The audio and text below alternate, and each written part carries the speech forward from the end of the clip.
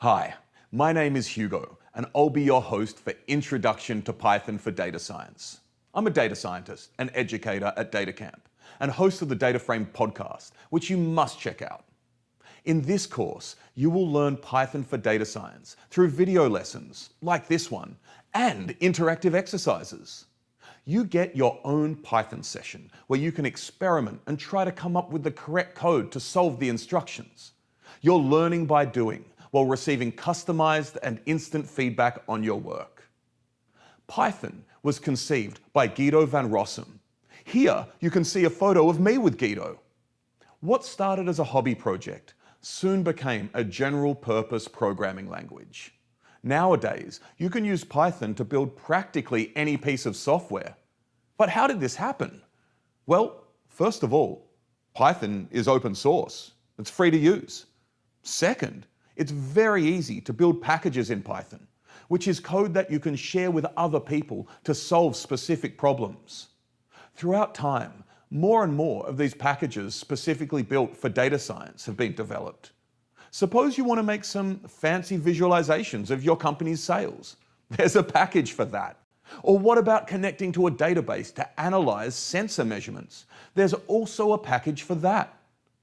People often refer to Python as the Swiss Army knife of programming languages, as you can do almost anything with it.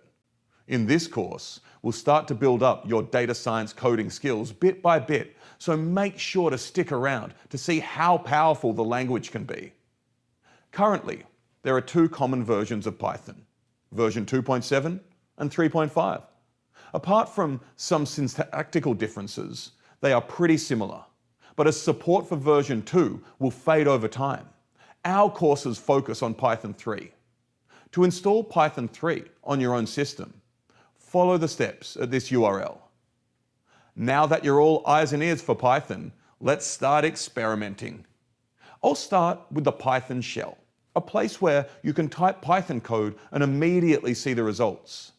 In DataCamp's exercise interface, this shell is embedded here. Let's start off simple and use Python as a calculator. Let me type 4 plus 5 and hit enter. Python interprets what you typed and prints the result of your calculation, 9. The Python shell that's used here is actually not the original one.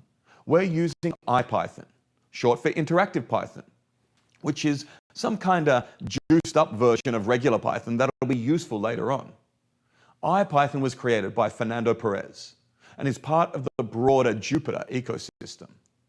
Apart from interactively working with Python, you can also have Python run so-called Python scripts. These Python scripts are simply text files with the extension .py. It's basically a list of Python commands that are executed almost as if you are typing the commands in the shell yourself, line by line. Let's put the command from before in a script now, which can be found here in DataCamp's interface. The next step is executing the script by clicking Submit Answer. If you execute this script in the DataCamp interface, there's nothing in the output pane. That's because you have to explicitly use print inside scripts if you want to generate output during execution. Let's wrap our previous calculation in a print call and rerun the script. This time, the same output as before is generated. Great. Putting your code in Python scripts instead of manually retyping every step interactively will help you to keep structure and avoid retyping everything over and over again if you want to make a change. You simply make the change in the script and rerun the entire thing.